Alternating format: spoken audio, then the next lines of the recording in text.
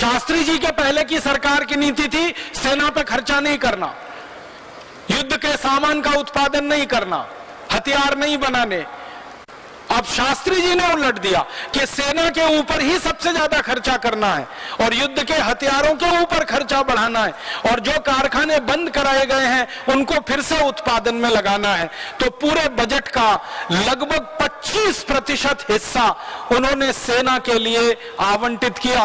भारत के इतिहास में वो पहले और आखिरी प्रधानमंत्री हैं जिन्होंने बजट का 25% हिस्सा सेना के लिए आवंटित किया और सेना को खुली छूट दी कि आप तैयारी करिए और ऐसी तैयारी करिए कि कल युद्ध लड़ना है, दुश्मन कभी भी फिर आ सकता है, पलटवार कर सकता है। तो सेना में चाक चौबंदी शुरू हुई, सेना में हथियार बनना शुरू हुए, ताकत बढ़ी। और शास्त्री जी ने ये जो नारा लगाया था ना, वो खाली नारा नहीं था, जय जवान, जवानों की जय होनी ही चाहिए, इसके लिए उन्होंने करके दिखा दिया। ताकत बढ़ी, सेना में सब काम फिर अच्छे से शुरू हो गए और सेना की ताकत बढ़ते बढ़ते इतनी बढ़ गई कि 1965 में फिर पाकिस्तान का हमला हुआ, आप सभी जानते हैं।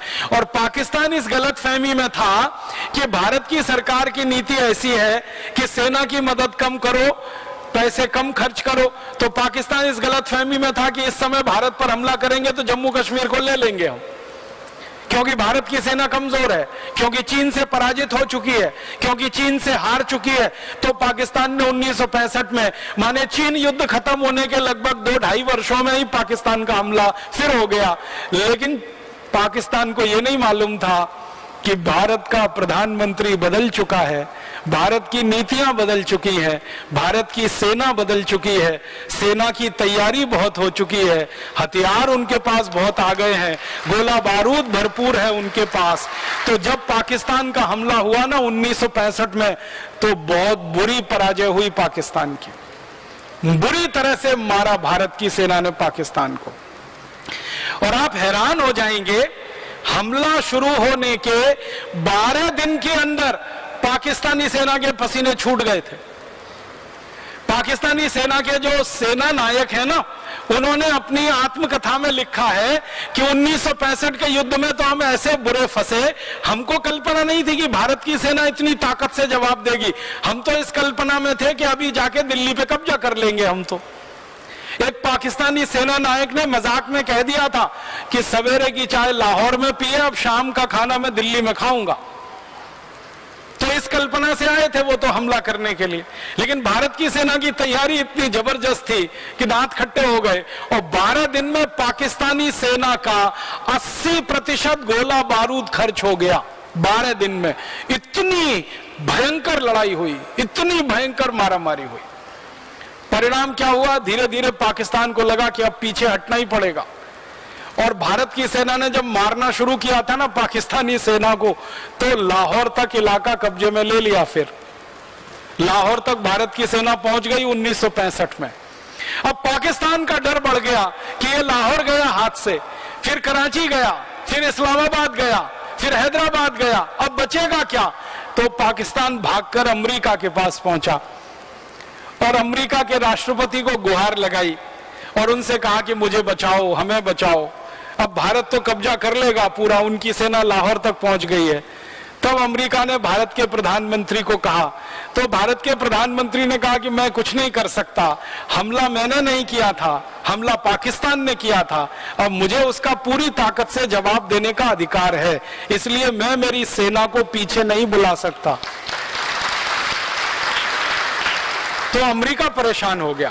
और अमेरिका श्री लाल बहादुर शास्त्री जी को जानता था कि ये व्यक्ति दबाव में नहीं आने वाला है। क्यों? एक घटना उसके पहले घटित हो चुकी थी। शास्त्री जी जब प्रधानमंत्री बने ना, तो अमेरिका से लाल रंग का गेहूं आता था इस देश में। एक योजना चलती थी, आप में से कई बुजुर्ग लोगों को मालूम होगा, आपने तो देखा भी होगा, शायद खाया भी होगा वो गेहूं। लाल रंग का गेहूं आता था। PL 480 नाम की एक योजना चलती थी। P का मतलब होता है पब्लिक, L का माने होता है लॉ, और 480 अमेरिका के कानून के तहत एक व्यवस्था है PL 480, पब्लिक लॉ 480, उसके तहत अमेरिका दूसरे देशों की मदद करता है। तो भारत की मदद करता था। लाल रंग का गेहूं आता था, जिस गेहूं को अमेरिका में जानवर नहीं खाते थे वो भारत को खिलाया जाता था। कारण क्या था? भारत में उस समय गेहूं का उत्पादन थोड़ा कम था, जितनी हमारी जरूरत थी उतना गेहूं पैदा नहीं होता था, तो वो गेहूं हमें लेना पड़ता था और उसकी शर्तें बहुत अपमानजनक थी। तो शास्त्री जी ने प्रधानमंत्री बनने के बाद एक बड़ा फैसला किया था कि ये अमेरिका का लाल गेहूं हमें खाना मंजूर नहीं है। तो शास्त्री जी के जो सेक्रेटरी हुआ करते थे उन्होंने कहा कि अगर आप अमेरिका का लाल गेहूं नहीं खा सकते तो भूखे मरने के लिए तैयार रहिए। तो शास्त्री जी ने कहा कि सम्मान के साथ भूखे मरना मंजूर है, लेकिन अपमान के साथ विदेशी रोटी खाना मंजूर नहीं। तो सेक्रेटरी हैरान हो गया और शास्त्री जी ने कहा कि तुम इसकी चिंता मत करो, तुम तुम्हारा काम करो, मैं मेरा काम करता हूं। और उन्होंने भारत के लोगों को एक दिन अपील की। सोमवार का दिन था, दिल्ली के बहुत बड़े मैदान में सभा बुलाई, लाखों लोग इकट्ठे हुए और शास्त्री जी ने लोगों से कहा कि देश में गेहूं की बहुत कमी है, अपमानजनक शर्तों पर अमेरिका से गेहूं आ रहा है, ये गेहूं हमें खाना मंजूर नहीं है क्योंकि मेरी आत्मा गवाही नहीं देती है, इसलिए आप भी ये गेहूं मत खाइए। तो लोगों ने कहा नहीं खाएंगे। तो शास्त्री जी ने कहा इसके लिए भूखा रहना पड़ेगा। लोगों ने हाथ उठा के कहा भूखे रहेंगे। और भारत के लोगों ने सोमवार का दिन व्रत रखना शुरू कर दिया था और संपूर्ण भारत में शास्त्री जी के कहने पर लोगों ने भूखा रहना शुरू कर दिया।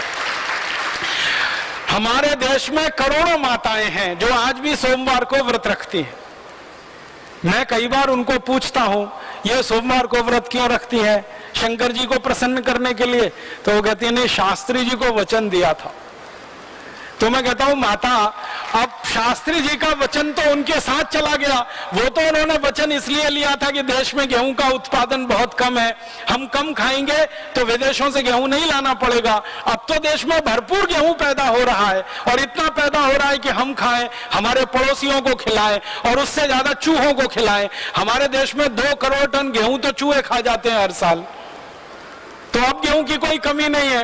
लेकिन वो माता जी टस से मस नहीं होती, वो कहती है नहीं नहीं, सोमवार को तो व्रत ही रखना है क्योंकि शास्त्री जी को वचन दे दिया। माने भारत के लोग कितने पक्के हैं कि शास्त्री जी को कभी वचन दिया 1965 में और उस वचन को निभा रहे हैं सन 2010 में। तो ऐसे करोड़ों भारतवासियों के संकल्प से 2 बातें हुई। एक तो गेहूं की खपत कम हुई, अमेरिका से गेहूं आना बंद हुआ तो कोई क्राइसिस नहीं खड़ी हुई, और फिर देश में गेहूं उत्पादन की योजना बनी और उसने गेहूं उत्पादन बढ़ा दिया। तो शास्त्री जी ऐसे व्यक्ति थे, तो अमेरिका को मालूम था कि इस व्यक्ति के ऊपर दबाव नहीं पड़ने वाला, तो अमेरिका ने शास्त्री जी के सबसे नजदीकी मित्र को पकड़ा और वो थे सोवियत संघ के राष्ट्रपति। सोवियत राष्ट्रपति उस समय जो थे उनको शास्त्री जी से काफी नजदीकी थी, लगाव था। उनको पकड़ा और कहा कि शास्त्री जी को रोको, नहीं तो पाकिस्तान तो गया, और पाकिस्तान गया तो अमेरिका की भविष्य की सारी योजनाएं गई। और भारत की सेना चूंकि लाहौर तक पहुंच गई है इसलिए अब ज्यादा देर नहीं है। तब शास्त्री जी के ऊपर सोवियत संघ का दबाव पड़ा। फिर सोवियत संघ के दबाव में शास्त्री जी ने युद्ध विराम करवाया। युद्ध विराम के बाद शास्त्री जी ने पाकिस्तान के साथ एक समझौता किया। वो समझौता करने के लिए वो ताशकंद गए और ताशकंद के समझौते में जो तय हुआ वो ये कि भारत की सेना ने जितना इलाका जीत लिया है वो पाकिस्तान को वापस कर दिया जाए और बदले में पाकिस्तान भारत के ऊपर कभी भी भविष्य में हमला नहीं करेगा, ऐसा वायदा करता है। तो पाकिस्तान ने लिखित रूप में यह कहा और उसके दस्तावेज मौजूद हैं कि हम भारत की तरफ कभी भी हमला नहीं करेंगे, आंख उठाकर नहीं देखेंगे, बस इस बार हमें माफ कर दिया जाए और जो इलाका भारत की सेना के कब्जे में है वो हमें वापस कर दिया जाए। शास्त्री जी ने भारत की पुरानी परंपरा का अनुसरण करते हुए उदारता दिखाई और जीता हुआ इलाका जो सेना के कब्जे में था वो पाकिस्तान को वापस कर दिया। लाहौर तक गई हुई सेना वापस आ गई और उस सेना ने सब कुछ पाकिस्तान को दे दिया। उसके बाद हम शांत हो गए। शास्त्री जी के साथ एक दुर्घटना हो गई कि इस समझौते को करने के लिए जब वो ताशकंद गए थे तो 8 दिन तक लगातार पाकिस्तान के प्रधानमंत्री और उनकी मंत्रिमंडल के वरिष्ठ लोगों के साथ जो वार्ता चली, 9वें दिन वार्ता पूरी हो गई थी और वो दिन था 10 जनवरी का। रात को शास्त्री जी आराम से सोए, लेकिन रात को जब वो सोए तो अगले दिन सुबह नहीं उठे। क्या हुआ? वो रात को सोते थे तो दूध पीते थे, ये उनका नियम था, और वो दूध उनका नौकर उनको बना के देता था। तो शास्त्री जी के साथ उनका रसोइया गया था इस काम के लिए, लेकिन उस रसोइये का ताशकंद में अपहरण कर लिया गया और अपहरण करके एक नकली रसोइये को शास्त्री जी के यहाँ भेज दिया गया और उस नकली रसोइये ने शास्त्री जी के दूध में जहर मिला दिया और वो जहर मिला दूध पीकर उनकी मृत्यु हो गई। जब उनका मृत शरीर वापस आया इस देश में तो पूरा नीला और काला पड़ा हुआ था। और दुख और दुर्भाग्य की बात यह है कि भारत की सरकार ने शास्त्री जी की मृत्यु के बारे में सारी दुनिया को जो कारण बताया, और शायद आपने भी वो सुना होगा, वो ये कि शास्त्री जी की हृदय गति रुकने से मृत्यु हो गई। हार्ट अटैक बताया गया पूरे देश को, मीडिया में, अखबार में, टेलीविजन पे, रेडियो में खबर चली और बार बार एक ही खबर दिखाई गई कि शास्त्री जी की हृदय गति रुकने से मृत्यु हुई। जब कारण पूछे गए सरकार के लोगों से कि शास्त्री जी की हृदय गति कैसे रुक सकती है, क्योंकि उनका ना ब्लड प्रेशर हाई था, ना उनका कोलेस्ट्रॉल हाई था, ना उनका ट्राइग्लिसराइड हाई था, वो एकदम स्वस्थ थे, तंदुरुस्त थे। जब गए थे तो सब कुछ सामान्य था, क्योंकि आप तो जानते हैं प्रधानमंत्री का हर दिन चेकअप होता है। तो शास्त्री जी के जो डॉक्टरों ने चेकअप करके दिया था उसमें तो सब कुछ नॉर्मल था, ना बीपी बढ़ा है, ना ट्राइग्लिसराइड, ना कोलेस्ट्रॉल, फिर उनकी हृदय गति कैसे रुक सकती है? तो हमारे देश के कुछ नेताओं ने ऐसा मूर्खता का जवाब दिया, इतना खराब जवाब दिया। उन्होंने कहा कि शास्त्री जी की मृत्यु इसलिए हो गई कि उनको बहुत ज्यादा खुशी हो गई। तो बहुत ज्यादा खुशी किस बात की हो गई कि पाकिस्तान को उन्होंने सरेंडर करा दिया और पाकिस्तान के ऊपर भारतीय सेना ने विजय पा ली। तो इतनी खुशी हुई शास्त्री जी को कि उनकी हृदय गति रुक गई। ऐसा मूर्खतापूर्ण बेकार का जवाब पूरे देश को दिया गया।